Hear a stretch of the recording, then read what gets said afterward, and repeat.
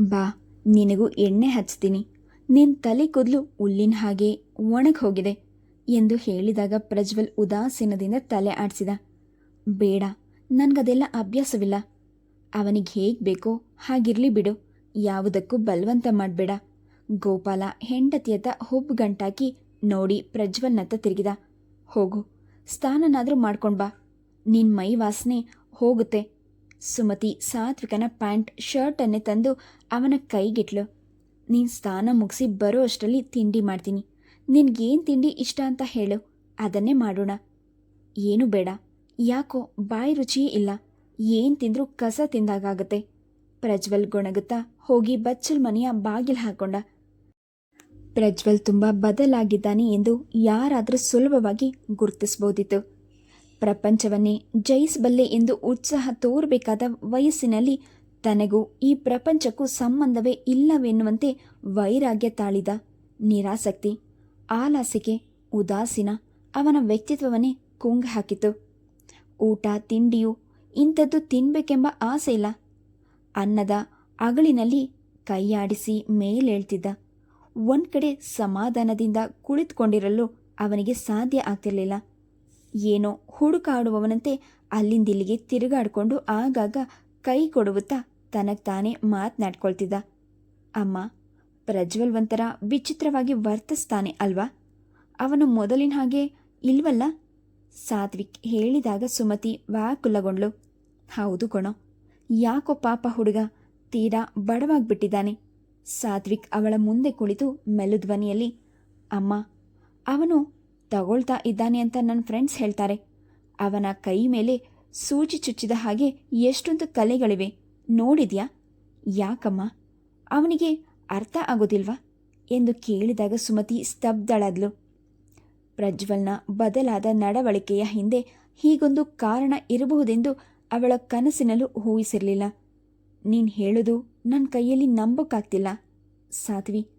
ಇರೋನೊಬ್ಬ ಮಗ, ಅವನ ತಂದೆ ತಾಯಿ ಇದನ್ನೆಲ್ಲ ಗಮನಿಸಬಾರ್ದ? ಯಾಕೋ ಹೀಗಾದ? ಅವನಿಗೆ ಸಹವಾಸ ಚೆನ್ನಾಗಿಲ್ಲಮ್ಮ. ಅವನ ಬಗ್ಗೆ ವಿಚಾರಿಸೋಕೆ ದೊಡ್ಡಪ್ಪ ದೊಡ್ಡಮ್ಮನಿಗೆ ಟೈಮ್ ಇಲ್ಲ. ಕೈ ತುಂಬ ದುಡ್ಡು ಕೊಡೋದ್ರಿಂದ ಅವನ ಬಿಗಿ ಹಿಡಿಯೋರೇ ಇಲ್ಲದ ಹಾಗಿದೆ. ಪ್ರಜ್ವಲ್ ಅಧೋಗತಿ ಇಲ್ಲದೆ ಹಣವೆಲ್ಲ ಮಹತ್ವ ಪಾತ್ರ ವಹಿಸುತ್ತೆಂದು ಸಾತ್ವಿಕನಿಗೇನು ಗೊತ್ತಿತ್ತು? ಮಧ್ಯಾಹ್ನ ಸಮೀಪಿಸುತ್ತಿದ್ದಂತೆ ಪ್ರಜ್ವಲ್ನ ಮನಸ್ಸು ಅಲ್ಲೋಲ ಕಲ್ಲೋಲವಾಗಿತ್ತು. ಹೊರಗೆ ಮುಖ ಹಾಕಲು ಧೈರ್ಯವಾಗದೆ ಸಾತ್ವಿಕನ ಮೊರೆ ಹೊಕ್ಕ. ಸಾತ್ವಿ, ನನಗೆ ಅಂಗಡಿಯಿಂದ ಸಿರಿಂಜ್ ತಂದುಕೊಡ್ತೀಯಾ? ಯಾಕೆ, ನಿನಗೇನಾಗಿದೆ? ಅವನ ಪ್ರಶ್ನೆಗೆ ಉತ್ತರಿಸಲು ಕಷ್ಟವಾಯಿತು. ಏನಿಲ್ಲ, ನನಗೆ ಜ್ವರ ಬಂದಾಗಿದೆ. ಯಾಕೋ ತುಂಬ ತಲೆನೋವು. ಹಾಗಾದರೆ ಮಾತ್ರೆ ತಗೋ. ಮಾತ್ರೆಯಿಂದ ನನಗೆ ವಾಸಿಯಾಗಲ್ಲ. ಪ್ರಜ್ವಲ್ನ ದನಿ ಇದ್ದಕ್ಕಿದ್ದ ಹಾಗೆ ಗಡಸಾಯಿತು.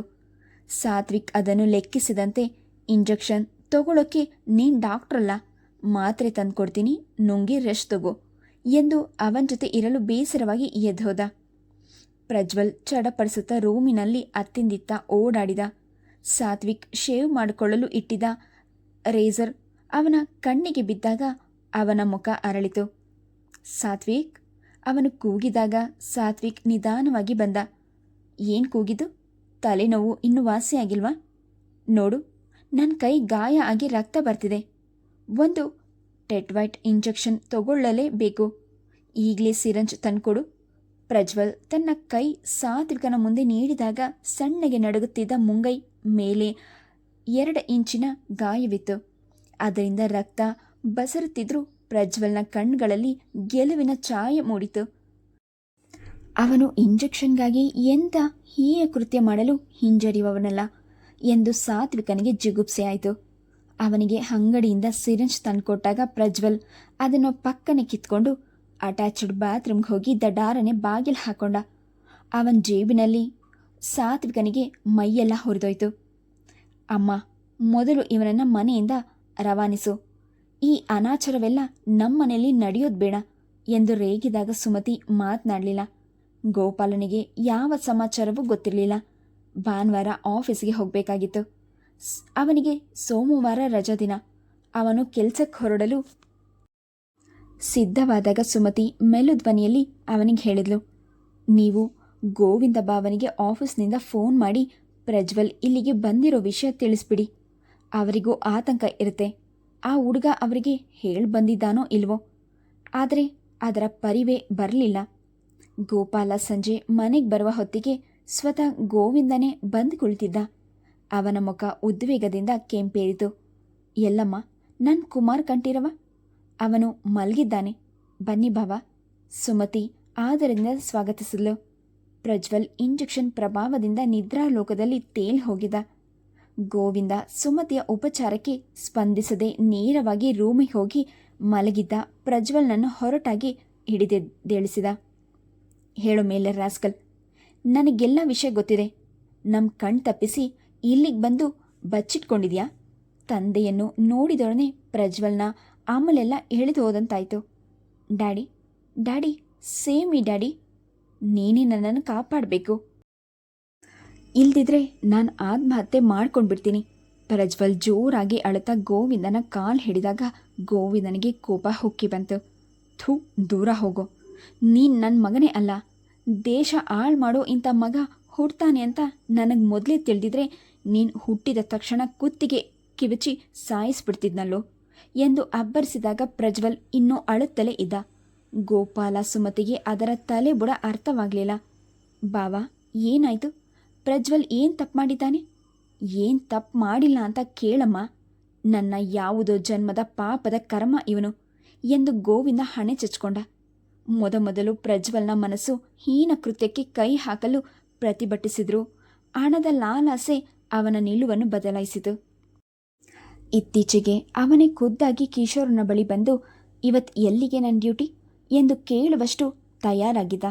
ಕಂತೆ ಕಂತೆಯಾಗಿ ಬರುವ ನೋಟುಗಳನ್ನೆಲ್ಲ ಇಂಜೆಕ್ಷನ್ಗಳನ್ನು ಕೊಂಡ್ಕೊಳ್ಳೋದಕ್ಕೆ ಖರ್ಚು ಮಾಡ್ತಿದ್ದ.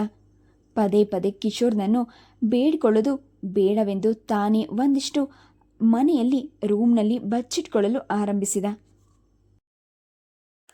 ದುರದೃಷ್ಟವಶಾತ್ ಒಮ್ಮೆ ಕಿಶೋರ್ ತನ್ನ ಕಾರ್ನಲ್ಲಿ ಎಂದಿನಂತೆ ಪ್ಯಾಕೆಟ್ಗಳನ್ನು ಸಾಗಿಸ್ತಿರುವಾಗ ಅವನು ವಿಜಿಲೆನ್ಸ್ ರವರ ಮುಷ್ಟಿಯಲ್ಲಿ ಸಿಕ್ಬಿದ್ದ.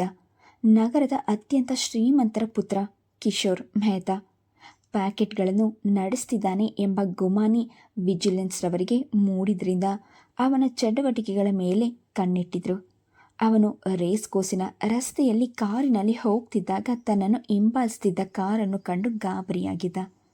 ಅದು ವಿಜಿಲೆನ್ಸರ ಕಾರ್ ಇರ್ಬೋದು ಎಂದು ಅವನಿಗೆ ಸಂದೇಹವಾಗಿ ಸರಕ್ಕನೆ ತನ್ನ ಮಾರ್ಗವನ್ನೇ ಬದಲಾಯಿಸಿ ವೇಗವಾಗಿ ಬೇರೆ ಕಡೆ ತಿರುಗಿದಾಗ ಸಿಬ್ಬಂದಿಗಳ ಶಂಕೆ ಬಲವಾಯಿತು. ಕೊನೆಗೆ ಕಿಶೋರ್ ಕಾರನ್ನು ರಸ್ತೆಯಲ್ಲಿ ನಿಲ್ಲಿಸಿ ಓಡೋಗಲು ಪ್ರಯತ್ನಿಸಿದಾಗ ಅವರು ಅವನನ್ನು ಬೆನ್ನಟ್ಟಿ ಅರೆಸ್ಟ್ ಮಾಡಿದರು. ಅವನ ವಶದಲ್ಲಿದ್ದ ಪ್ಯಾಕೆಟ್ಗಳು ಕಾರಿನೊಳಗೆ ಅವರಿಗೆ ಸಿಕ್ಕಿತ್ತು. ಕಿಶೋರ್ ದಸ್ತಗಿರಿಯಾದ ಸಂಗತಿ ಪ್ರಜ್ವಲ್ ಹಾಗೂ ಅವನ ಸಂಗಡಿಗರಿಗೆ ತಿಳಿಯೋದು ತಡವಾಗಲಿಲ್ಲ. ಅವರಿಗೆಲ್ಲ ಜಂಗಬಲವೇ ಹುಡುಗೋದಂತಾಗಿತ್ತು. ಅಯ್ಯಯ್ಯೋ, ನಮ್ಮ ಮನೆಯಲ್ಲಿ ಇದೆಲ್ಲ ತಿಳಿದ್ರೆ ನನ್ನನ್ನು ಕೊಂದೇ ಬಿಡ್ತಾರೆ ಎಂದು ಪ್ರಜ್ವಲ್ ಹಣೆ ಚಚ್ಕೊಂಡ. ಇಂಥ ಕೇಸ್ಗಳಲ್ಲಿ ಸಿಕ್ಬಿದ್ರೆ ಹಿಡಿತದಲ್ಲಿ ಬಂದಿಯಾದಷ್ಟೇ ಭಯಂಕರ. ಪ್ಯಾಕೆಟ್ಗಳ ವ್ಯಾಪಾರ ಮಾಡುವವರು ದೇಶದ್ರೋಹಿಗಳು, ತಮ್ಮ ಭಾರತ ದೇಶದ ಮಹಾಘಾತಕರೆಂದೇ ಪರಿಗಣಿಸುವವರು. ಅಂಥ ದಂಡೆಯಲ್ಲಿ ಸಿಕ್ಬಿದ್ರೆ ಅಪರಾಧಿಗೆ ಜಾಮೀನು ಸಿಗೋದು ದುರ್ಬಲ. ಕಿಶೋರ್ನ ಶ್ರೀಮಂತ ತಂದೆಯ ಪ್ರಭಾವವು ಪ್ರಯೋಜನಕಾರಿಯಾಗುವುದಿಲ್ಲ. ಕಿಶೋರ್ನ ವಿರುದ್ಧವಾಗಿ FIR ಫೈಲ್ ಮಾಡಿದ್ದಾಗಿತ್ತು. ಈಗ ಪ್ರಜ್ವಲ್ ಹಾಗೂ ಅವನ ಅನುಚರರಿಗೆ ಇದ್ದಿದ್ದು ಒಂದೇ ಭಯ. ಜುಡಿಷಿಯಲ್ ಕಸ್ಟಡಿಗೆ ಹೋದ ಮೇಲೆ ಕಿಶೋರ್ನ ಪೊಲೀಸ್ ಇಂಟ್ರಗ್ಯಾಟ್ ಮಾಡೇ ಮಾಡ್ತಾರೆ. ಅವರು ಕೂಡ ಯಮಹಿಂಸೆ ತಡೆಯಲಾರದೆ ಅವನು ನಮ್ಮ ಹೆಸರೆಲ್ಲ ಬಯಲು ಮಾಡಿಬಿಟ್ರೆ ನಾವು ಅವನ ಜೊತೆ ಜೈಲಿಗೆ ಹೋಗಿ ಕಂಬಿ ಎಣಿಸ್ಬೇಕಾಗತ್ತೆ. ಏನು ಮಾಡೋದೀಗ? ಕಿಶೋರ್ನ ಆಪ್ತ ಗೆಳೆಯನಾಗಿದ್ದ ಚಂದ್ರ ಗಾಬರಿ ಆತಂಕದಿಂದ ನಡುಗುತ್ತಾ ಪ್ರಶ್ನಿಸಿದಾಗ ಅಲ್ಲಿ 5 ನಿಮಿಷ ವಿಲಕ್ಷಣ ಮೌನ ಹರಡಿತು. ಅಲ್ಲಿ ನೆರೆದಿದ್ದವರ ಹೃದಯ ಮನಸ್ಸಿನ ತುಂಬ ಇದ್ದಿದ್ದು ಭಯ ಹಾಗೂ ಆತಂಕ. ನಾವೆಲ್ಲ ಸ್ವಲ್ಪ ದಿನಗಳು ಅಬ್ಸ್ಕಾಡ್ ಆಗಿದ್ರೆ ವಾಸಿ, ಇಲ್ವಾದರೆ ಕಣ್ಮರೆಯಾಗಿ ಬಚ್ಚಿಟ್ಕೊಂಡಿರೋಣ. ಈ ಕೇಸೆಲ್ಲ ತಣ್ಣಗಾದ ಮೇಲೆ ನಿಧಾನವಾಗಿ ಹೊರಗೆ ಬಂದ್ರಾಯ್ತು. ಮತ್ತೊಬ್ಬ ಸಲಹೆ ನೀಡಿದ. ಈ ಕೇಸ್ ಅಷ್ಟು ಬೇಗ ತಣ್ಣಗಾಗುತ್ತಾ? ಪೊಲೀಸರವರನ್ನು ನಮ್ಮನ್ನು ಪಾತಾಳದಲ್ಲಿ ಅಡಗಿದ್ರು ಬಿಡಲ್ಲ. ಈ ಕೇಸ್ ಕೋರ್ಟಿಗೆ ಹೋದರೆ ವಾದ ನಡೀತಾ ಕಿಶೋರ್ ಬಾಯ್ ಬಿಟ್ಟರೆ ನಮ್ಮನ್ನು ಸೇರಿಸಿ ವಿಚಾರಣೆ ನಡೆಸ್ತಾರೆ. ಇನ್ನು ನಮ್ಮ ಗತಿ ಮುಗಿದ ಹಾಕಿ ಚಂದ್ರ ಹೇಳಿದಾಗ ಇನ್ನೊಬ್ಬ ಜಿಗುಪ್ಸೆಯಿಂದ ತಲೆ ಕೂದಲು ಕಿತ್ಕೊಂಡ. ಥೂ, ನಾವ್ಯಾಕೆ ಇದರಲ್ಲಿ ಸಿಕ್ಕಾಕೊಂಡ್ವೋ, ಪ್ರಾಣ ಹೋಗೋ ಪರಿಸ್ಥಿತಿಗೆ ತಂದುಬಿಡುತ್ತೆ. ಆ ಇಂಜೆಕ್ಷನ್ ತಗೊಂಡು ಸ್ವರ್ಗ ನೋಡ್ತಿದ್ದಾಗ ನನ್ನ ಪ್ರಾಣದ ಬಗ್ಗೆ ಯೋಚನೆ ಬರಲಿಲ್ಲ. ಈಗ ಪ್ರಾಣ ಕುತ್ತಿಗೆಗೆ ಬಂದಿತ್ತೆಂದು ಈ ಮಾತನಾಡ್ತೀಯಲ್ಲ. ಪ್ರತಿದಿನ ಪ್ಯಾಕೆಟ್ ಕೊಟ್ಟು ಕಾಸು ಎಣಿಸ್ಕೊಳ್ಳುವಾಗ ನಿನ್ನ ಬುದ್ಧಿಗೇನಾಗಿತ್ತು? ಚಂದ್ರ ಅವನನ್ನು ಹಂಗಿಸಿದ. ಏಯ್, ನೀವುಗಳೇ ಜಗಳ ಆಡಬೇಡ್ರೋ. ನಾನಂತೂ ಈಗಲೇ ಚಿಕ್ಕಮಗಳೂರಿನಲ್ಲಿರೋ ನಮ್ಮ ಸೋದರ ಮಾವನ ಎಸ್ಟೇಟಿಗೆ ಹೊರಟುಬಿಡ್ತೀನಿ. ಈಗ ಸದ್ಯಕ್ಕೆ ನಾವೇನು ಚಟುವಟಿಕೆಗಳು ತೋರಿಸೋದು ಬೇಡ. ಇಲ್ಲಿ ತುಂಬ ಹೊತ್ತು ಗುಂಪಿನಲ್ಲಿ ಇರೋದೇ ಅಪಾಯ. ನಡೀರಿ, ಎಲ್ಲರೂ ಈಗಲೇ ಜಾಗ ಖಾಲಿ ಮಾಡೋಣ. ಎಲ್ಲರಿಗಿಂತ ಹಿರಿಯನಾದ ಮನೋಜ್ ಎಲ್ಲರನ್ನೂ ಆತುರದಿಂದ ಹೊರಡಿಸಿದ. ಪ್ರಜ್ವಲ್ಗೆ ತಾನು ಎಲ್ಲಿಗೆ ಹೋಗಬೇಕೆಂದು ತಿಳಿಯದಾಗಿತ್ತು. ತನ್ನ ಮನೆಗೆ ಹೋಗಲು ಅವನಿಗೆ ಮನಸ್ಸಾಗಲಿಲ್ಲ. ಅದಕ್ಕಿಂತ ಹೆಚ್ಚಾಗಿ ಧೈರ್ಯ ಬರಲಿಲ್ಲ. ಆಗ ಅವನಿಗೆ ಹೊಳೆದಿದ್ದು ಚಿಕ್ಕಪ್ಪ ಚಿಕ್ಕಮ್ಮ. ಹೌದು, ಕೊಂಚ ದಿನಗಳು ಅವರ ಮನೆಯಲ್ಲಿದ್ದರೆ ನನಗೆ ನೆಮ್ಮದಿ ಹಾಗೂ ಸುರಕ್ಷೆ. ಅವರ ಮನೆಯಲ್ಲಿ ಫೋನ್ ಇಲ್ಲ. ಬೇರೆಯವರಿಗೆ ತನ್ನನ್ನು ಸಂಪರ್ಕಿಸಲು ಸುಲಭ ಆಗೋದಿಲ್ಲ. ತಾನು ನಿರ್ಭಯದಿಂದ ಅಲ್ಲಿ ಇರಬಹುದು. ಗೋಪಾಲ ಸುಮತಿ ದಿಗ್ಭ್ರಾಂತರಾಗಿದ್ದರು. 18 ವರ್ಷದ ಹುಡುಗ ಹಣಕ್ಕಾಗಿ ಇಂಥ ನೀಚ ಕೃತ್ಯದಲ್ಲಿ ಭಾಗಿಯಾಗಿದ್ದಾನೆಯೇ? ದೇಶಕ್ಕೆ ದ್ರೋಹ ಮಾಡುವಂಥವನಾಗಿದ್ದಾನೆಯೇ? ಕೆಲವೇ ದಿನಗಳಲ್ಲಿ ತನ್ನ ಸಹಚರರ ಜೊತೆ ಜೈಲು ಸೇರಿದ್ದಾನೆಯೇ? ತಮ್ಮ ವಂಶದಲ್ಲಿ ಇಂಥ ವಿಷಜಂತು ಹುಟ್ಟಿರಲಿಲ್ಲ. ಗೋವಿಂದನ ಕುಟುಂಬದಲ್ಲಿ ಯಾಕೆ ಜನಿಸಿ ತಮ್ಮ ಮನೆತನಕ್ಕೆ ಕಪ್ಪು ಮಸಿ ಬಳಿಯುತ್ತಿದ್ದಾನೆ? ಪೊಲೀಸರ ಕಣ್ತಪ್ಪಿಸುವ ಸಲುವಾಗಿ ಅವನು ತಮ್ಮ ಮನೆಯನ್ನು ಹೈಡೌಟ್ ಮಾಡಿಕೊಂಡಿದ್ದಾನೆಯೇ? ಗೋಪಾಲನಿಗೆ ಮೈಯೆಲ್ಲ ಬೆಂಕಿಯಾಯಿತು. ಇವನು ಈ ಕಾರಣಕ್ಕೆ ನಮ್ಮನೆಗೆ ಬಂದಿದ್ದಾನೆ ಅಂತ ತಿಳಿದಿದ್ರೆ ಇವನನ್ನು ಹೊಸ್ತಿಲು ಮುಟ್ಟೋಕ್ಕೂ ಅವಕಾಶ ಕೊಡ್ತಿರಲಿಲ್ಲ. ನಮ್ಮ ಮನೆಯಲ್ಲಿ ಎಂದೂ ಜಾಗ ಕೊಡಲ್ಲ. ನಿನ್ನ ಮಗನನ್ನು ಕರ್ಕೊಂಡು ಹೋಗ್ಬಿಡೋಣ. ನಿನಗಾದರೂ ಕೈ ತುಂಬ ಹಣವಿದೆ. ಕೋರ್ಟು ಪೊಲೀಸ್ನವರನ್ನು ಕೊಂಡ್ಕೊಳ್ಳೋ ಸಾಮರ್ಥ್ಯ ನಿನಗಿರ್ಬೋದು. ಆದರೆ ನಮ್ಮಂಥವರಿಗೆ ಇದು ಕರಿ ನೆರಳಾಗಿ ಕಳಂಕವಾಗಿ ನಿಂತುಬಿಡುತ್ತೆ ಎಂದು ರೇಗ್ಬಿಟ್ಟ. ಸುಮತಿ ಏನೂ ಮಾತನಾಡಲಿಲ್ಲ. ಡ್ಯಾಡಿ, ಲೀವ್ ಮೀ, ಬಿಡಿ ನನ್ನನ್ನು, ನಾನು ನಿಮ್ಮ ಜೊತೆ ಬರಲ್ಲ. ಪ್ರಜ್ವಲ್ ಕುಸಿರಾಡಿದ್ರೂ ಬಿಡದೆ ಗೋವಿಂದ್ ಅವನನ್ನು ಎಳೆದೊಯ್ದ. ನಿನ್ನಂಥ ಮಗ ಹುಟ್ಟಿಸಿದ ತಪ್ಪಿಗೆ ನಿನ್ನನ್ನು ಪೊಲೀಸ್ನವರಿಗೆ ನಾನೇ ಒಪ್ಪಿಸ್ಬರ್ತೀನಿ ನಡಿ. ಅಷ್ಟು ಹೊತ್ತಿನವರೆಗೂ ಮೌನ ಪ್ರೇಕ್ಷಕಿಯಾಗಿದ್ದ ಸುಮತಿ ಈಗ ಅವನನ್ನು ತಡೆದ್ಲು. ಬಿಡಿ ಬಾವ, ನೀವು ಹಠ ಮಾಡಬೇಡಿ. ಪ್ರಜ್ವಲ್ ನಿಮ್ಮ ಮಗ. ದುಡುಕಿ ಪೊಲೀಸ್ ಸ್ಟೇಷನ್, ಕೋರ್ಟ್ ಕಚೇರಿ ಅಂತ ಹೋದರೆ ನಿಮಗೆ ಅವಮಾನ. ಪ್ರಜ್ಜು, ಇಷ್ಟು ಚಿಕ್ಕ ವಯಸ್ಸಲ್ಲಿ ಅಪರಾಧಿ ಅನ್ನೋ ಹಣೆಪಟ್ಟಿ ಕಟ್ಕೊಂಡ್ರೆ ಅವನ ಭವಿಷ್ಯದ ಗತಿ ಏನು? ತಂದೆ ತಾಯಿಯಾಗಿ ನೀವು ಅಲ್ಲದೆ ಬೇರೆ ಯಾರು ಈ ಸಮಯದಲ್ಲಿ ಮಕ್ಕಳನ್ನು ಕ್ಷಮಿಸಿ ರಕ್ಷಣೆ ಕೊಡಬೇಕು? ಗೋವಿಂದ ತಲೆ ತಗ್ಗಿಸಿ, ಇಲ್ಲಮ್ಮ, ನಮ್ಮನೆ ಹೊಸಿಲು ಬಿಟ್ಟು ಬೀದಿಯಲ್ಲಿ ಜಾಲೋಡೋ ಮೂರ್ಖತನ ನಾನು ಮಾಡಲಾರೆ ಎಂದು ಪ್ರಜ್ವಲ್ನನ್ನು ಬಲವಂತದಿಂದ ಕಾರ್ನಲ್ಲಿ ಕರೆದೊಯ್ದ. ವೈಶಾಲಿ ಪ್ರಜ್ವಲ್ನೊಂದಿಗೆ ಮುಖ ಕೊಟ್ಟು ಮಾತನಾಡಲಿಲ್ಲ. ಅವನು ದೇಶದ್ರೋಹದಲ್ಲಿ ಪಾಲ್ಗೊಂಡಿದ್ದಾನೆಂದು ತಿಳಿದ ಕೂಡಲೇ ನಾನು ಅವನ ಮುಖ ನೋಡಲ್ಲ. ನನ್ನ ಮಗ ನನ್ನ ಪಾಲಿಗೆ ಸತ್ತು ಹೋಗಿದ್ದಾನೆ ಅಂದ್ಕೊಂಡ್ಬಿಡ್ತೀನಿ ಎಂದು ನಿಷ್ಠುರವಾಗಿ ನುಡಿದು ಅತ್ತುಬಿಟ್ಟಿದ್ಲು. ಗೋವಿಂದ ಪ್ರಜ್ವಲ್ನನ್ನು ದರದರನೆ ರೂಮಿಗೆ ಎಳೆದೊಯ್ದು ಮಂಚದತ್ತ ತಳ್ಳಿದ. ನಿನ್ನ ರೂಮ್ನಲ್ಲೇ ಬಿದ್ದಿರು. ಯಾರು ಬಂದರೂ ನೀನು ಹಾಳು ಮುಖ ತೋರಿಸ್ಬೇಡ. ಡ್ಯಾಡಿ, ನನಗೆ ಭಯ. ಪ್ರಜ್ವಲ್ನ ಮುಖ ಬಿಳಿಪೇರಿ ಅರ್ಚಿ ಹುಚ್ಚನಂತೆ ಕಳೆಗೊಂಡಿದ್ದ. ಕಿಶೋರ್, ನನ್ನ ಹೆಸರು ಹೇಳಿದ್ರೆ ನಾನು ಜೈಲಿಗೆ ಹೊರಟೋಗ್ತೀನಿ. ಪೊಲೀಸ್ನವರು ನನಗೆ ಹೊಡೆದು ಬಡಿದು ಮಾಡ್ತಾರಾ? ಒಳಗೆ ಬೇಯ್ತಿದ್ದ ವೈಶಾಲಿ ಈಗ ಮಗನ ಮಾತಿಗೆ ಕೆರಳಿದ್ಲು. ಇಲ್ಲ ಕಣೋ, ನೀನು ಮಾಡಿರೋ ಗನಂದಾರಿ ಕೆಲಸಕ್ಕೆ ನಿನ್ನನ್ನು ಕರೆದು ಆರ ಹಾಕಿ ಸನ್ಮಾನ ಮಾಡ್ತಾರೆ. ಥೂ ಚಾಂಡಾಲ, ನಿನ್ನಂಥ ಕ್ರಿಮಿನಲ್ನ ನಾನು ಅದು ಹೇಗೆ 9 ತಿಂಗಳು ಹೊಟ್ಟೆಯಲ್ಲಿ ಹೊತ್ತಿದ್ನೋ. ಇಂಥ ಮಗ ಹುಟ್ಟಾನೆ ಅಂತ ಗೊತ್ತಿದ್ರೆ ನಾನು ಬಂಜೆಯಾಗೆ ಉಳಿದ್ಬಿಡ್ತಿದ್ದೆ. ಗೋವಿಂದ ವೈಶಾಲಿಯ ಬೆನ್ ಸವರಿದ. ವೈಶಾಲಿ, ನೀನು ಕೂಗಾಡಿದ್ರೆ ಏನೂ ಪ್ರಯೋಜನವಿಲ್ಲ.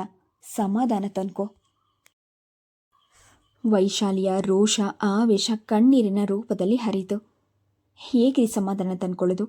ಇದರ ಬದಲು ಈ ಆಳದವನಿಗೆ ಏನಾದರೂ ರೋಗ ಬಂದು ಆಕ್ಸಿಡೆಂಟ್ ಆಗಿಯೂ ಸತ್ತು ಹೋಗಿದ್ರೆ ಎಷ್ಟು ಚೆನ್ನಾಗಿರ್ತಿತ್ತು. ಈ ಮನೆಯಲ್ಲಿ ಅವನಿಗೇನ್ರಿ ಕಡಿಮೆ ಆಗಿತ್ತು? ಅಯ್ಯೋ ದೇವ್ರೆ, ಹಣಕ್ಕೋಸ್ಕರ ನನ್ನ ಮಗ ಇಂಥ ಕೆಲಸ ಮಾಡಬೇಕಿತ್ತ? ಪ್ರಜ್ವಲ್ನ ಕಣ್ಗಳು ಕಿಡಿಗಳನ್ನು ಉಗುಳಿದವು. ಹೌದು, ನಾನು ನನ್ನ ಲೈಫ್ನಲ್ಲಿ ಕಂಡಿರೋದೇ ಹಣ. ಪ್ರೀತಿ, ವಿಶ್ವಾಸ, ನೆಮ್ಮದಿ, ಸಮಾಧಾನ, ಶಾಂತಿ ಎಲ್ಲ ನನಗೆ ಕೊಡ್ತಾ ಇದ್ದಿದೆ ಆ ಹಣ. ಕೊನೆಗೆ ನೀವಿಬ್ಬರು ಸೇರಿ ಅದನ್ನು ನನ್ನಿಂದ ದೂರ ಮಾಡಿದ್ರಿ.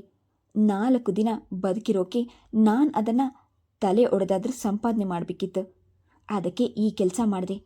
ಈಗಲೂ ನಿಮಗೆ ನನ್ನ ಭವಿಷ್ಯದ ಬಗ್ಗೆ ಯೋಚನೆ ಇಲ್ಲ. ನನ್ನಿಂದ ನಿಮ್ಮ ಹೆಸರು ಹಾಳಾಗುತ್ತೆ ಅನ್ನೋದೇ ನಿಮಗೆ ಆತಂಕ. ನನಗದು ಚೆನ್ನಾಗಿ ಗೊತ್ತು. ಹುಟ್ಟೋಕ್ಕೂ ಮುಂಚೆನೇ ನನಗೆ ಆಯ್ಕೆ ಮಾಡೋಕ್ಕೆ ಅವಕಾಶ ಇದ್ದಿದ್ರೆ ನಿಮ್ಮ ಹೊಟ್ಟೆಯಲ್ಲಿ ಖಂಡಿತ ಹುಡ್ತಾ ಇರಲಿಲ್ಲ ಎಂದು ರೂಮಿಗೆ ಹೋಗಿ ಅವರಿಬ್ಬರ ಮುಖಕ್ಕೆ ಹೊಡೆಯುವಂತೆ ಬಾಗಿಲು ಮುಚ್ಕೊಂಡ. ಗಂಡ ಹೆಂಡತಿಯರಲ್ಲಿ ಬಹಳಷ್ಟು ಹೊತ್ತು ನಿಶ್ಶಬ್ದದ ವಾತಾವರಣ ತಾಂಡವವಾಡಿತು. ಕೊನೆಗೆ ವೈಶಾಲಿ, ಗೋವಿಂದ್, ಇಂಥ ಮಗನನ್ನು ನಿಮಗೆ ಹೆತ್ತುಕೊಟ್ಟಿದ್ದಕ್ಕೆ ನನ್ನ ತಪ್ಪನ್ನು ಕ್ಷಮಿಸ್ಬಿಡಿ ಎಂದು ಕ್ಷೀಣವಾಗಿ ನುಡಿದಾಗ ಗೋವಿಂದ ಅವಳ ಭುಜ ಅದುಮಿದ. ಬೇವಿನ ಸಸಿ ನೆಟ್ಟು ಬೇವು ಕಹಿಯಾಗಿದೆ ಅಂತ ಭೂಮಿನ ದೂರೋಕ್ಕಾಗುತ್ತಾ ವೈಶಾಲಿ? ಕಹಿ ಅದರ ಮೂಲ ಸ್ವಭಾವ. ಅದರಲ್ಲಿ ಮಾವಿನ ಹಣ್ಣು ಬಿಡೋ ಹಾಗೆ ಫಲ ಕೊಡೋಕ್ಕೆ ಭೂಮಿಗೆ ಸಾಧ್ಯವಿಲ್ಲ ಅಂತ ನನಗೂ ಗೊತ್ತು. ವೈಶಾಲಿ ಅವನ ಕೈಗಳನ್ನು ಹಿಡಿದು ನೀರವವಾಗಿ ಕಂಬನಿ ಮಿಡಿದ್ಲು. ನಮ್ಮ ಮಕ್ಕಳು ಸುಖವಾಗಿ ಬೆಳೆಯಲಿ, ಅವರಿಗೆ ಯಾವ ಕೊರತೆಯೂ ಕಾಣದಿರಲಿ ಅಂತ ಕೈ ತುಂಬ ಹಣಕಾಸು ಕೊಡ್ತೀವಿ. ಹಾಗಂತ ದುಡಿಯೋ ತಂದೆ ತಾಯಿ ಮನೆಯಲ್ಲಿ ಎಲ್ಲ ಮಕ್ಕಳು ಹೀಗೆ ಇರ್ತಾರ? ಮಕ್ಕಳನ್ನು ಸುಖದ ಸುಪ್ಪತ್ತಿಗೆಯಲ್ಲಿ ಬೆಳೆಸಿದ್ದೇ ನಾವು ಮಾಡಿದ ದೊಡ್ಡ ತಪ್ಪು. ವೈಶಾಲಿ ತಮ್ಮ ಕಷ್ಟ ತೊಂದರೆ ಅರ್ಥ ಮಾಡಿಕೊಳ್ಳೋ ಹಾಗೆ ಅವನನ್ನು ಮೋಟಿವೇಟ್ ಮಾಡಿದರೆ ಚೆನ್ನಾಗಿತ್ತು ಎಂದು ಗೋವಿಂದ ವಿಷಾದದಿಂದ ನುಡಿದ. ಇಬ್ಬರಿಗೂ ಮುಂದೆ ಮಾತು ಬೇಕಿರಲಿಲ್ಲ. ನರ್ಸಿಂಗ್ ಹೋಮ್ಗಳಿಂದ ಗೋವಿಂದನ ಮೊಬೈಲ್ ಫೋನಿಗೆ 7-8 ಕಾಲ್ಗಳು ಬಂದರೂ ಅವನು ತಟಸ್ಥನಾಗಿದ್ದ. Please subscribe the channel, like and share. Thank you.